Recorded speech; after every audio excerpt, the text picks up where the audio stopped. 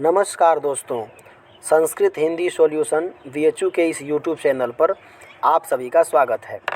आगामी वीएचयू entrance exam से संबंधित बीए आर्ट्स व सोशल के क्षेत्र से जो विद्यार्थी फॉर्म भरते हैं उनके प्रश्न पत्र में टोटल 120 प्रश्न होते हैं। उनमें 30 प्रश्न हिंदी से व बाकी प्रश्न अन्य विषयों से पूछे जाते हैं। हिंदी के 30 प्रश्न करने अनिवार्य होते हैं जो आपके संपूर्ण प्राप्तांक पर प्रभाव डालते हैं। इन्हीं प्रश्नों में बहुत सारे छात्र कठिनाई का अनुभव करते हैं। अतः हमने विगत कुछ वर्षों के प्रश्न पत्रों का अवलोकन करके एक संक्षिप्त विषय विवरण तैयार किया है, जिसके अनुसार तैयारी करने से आपकी लगभग कठिनाइयाँ दूर हो जाएगी और मैं यह कह सकता हूँ कि आगामी प्रश्न पत्रों में आप ज़्यादा से ज़्यादा प्रश्न आसानी से हल कर सकेंगे। ठीक है, तो आइए हम आगे विषय सूची पर चर्चा करते हैं और वीडियो के अंत में इस विषय सूची से संबंधित कुछ प्रश्न भी आपके लिए दिया गया है, जिससे आपको अनुमान होगा कि किस प्रकार के प्रश्न पत्र में बनाए जाते हैं। ठीक है, तो आइए पहले हम विषय सूची पर चर्चा करते हैं।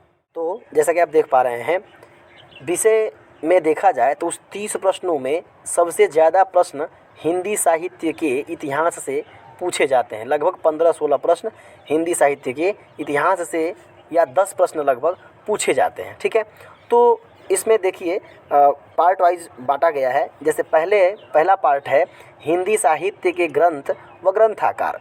तो इसमें सबसे पहले जो देखा जाए कि प्रश्न बनते हैं तो हिंदी साहित्य के इतिहास एक जो ग्रंथ है उसी से संबंधित बहुत सारे ग्रंथ लिखे गए हैं, तो उसके ग्रंथाकार कौन है, इससे संबंधित 1-2 प्रश्न बन जाते हैं। और दूसरे नंबर पे है हिंदी साहित्य का नामकरण। तो हिंदी साहित्य के जो कालखंड विभाजन किए गए हैं, आगे आपको बताया जाएगा, आदिकाल इत्यादि के जो नामकरण है, हिंदी साहित्य के नामकरण किसने किया, हिंदी साहित्य का विभाजन किसके अनुसार किया गया, इस प्रकार से प्रश्न बनाए जाते हैं। ठीक है, तो आगे देखिए तीसरे नंबर पे है हिंदी साहित्य के 4 कालखंड, जैसे आदिकाल, भक्तिकाल, रीतिकाल, आधुनिक काल।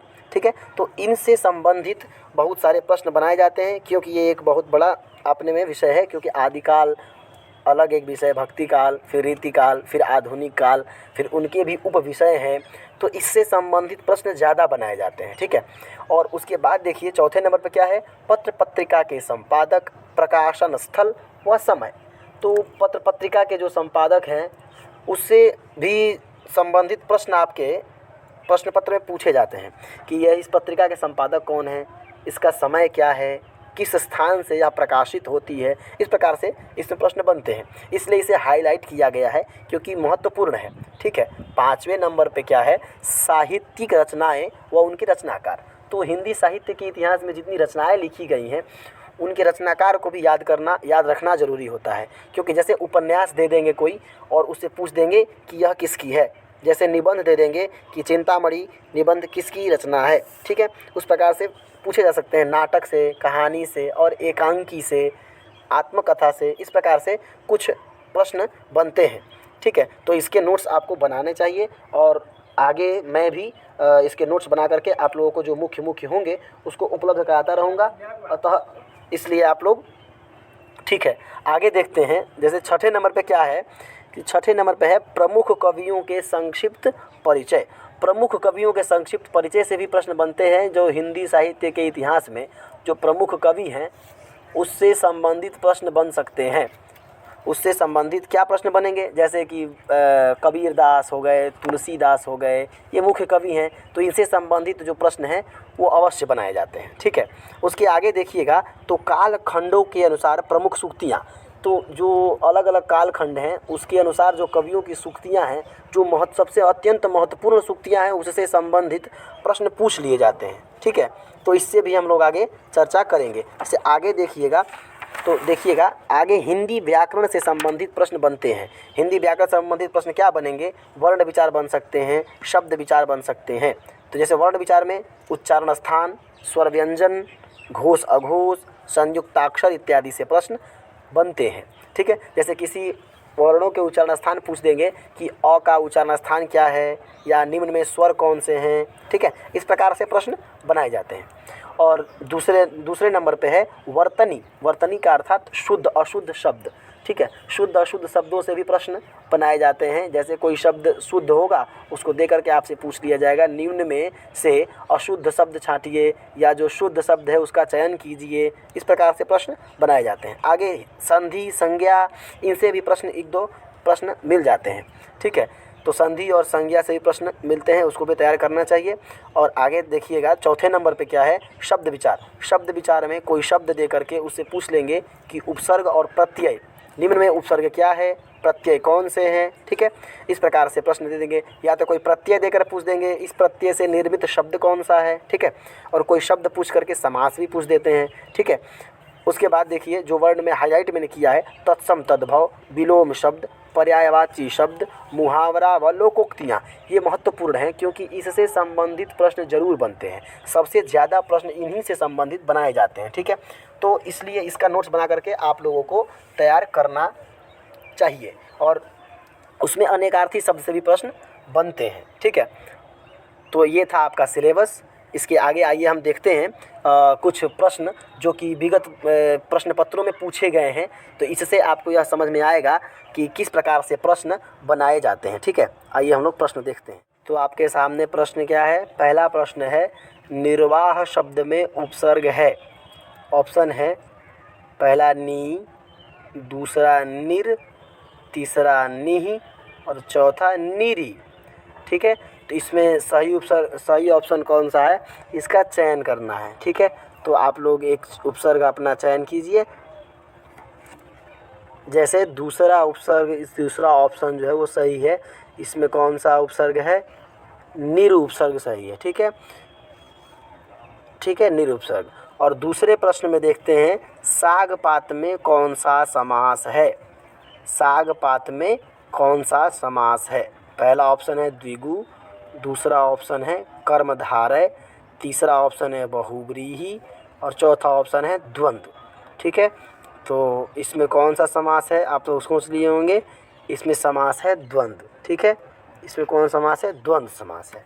ठीक है, तो तीसरा प्रश्न क्या है, शुद्ध वर्तनी क्या है। शुद्ध वर्तनी का अर्थात शुद्ध शब्द का चयन करना है।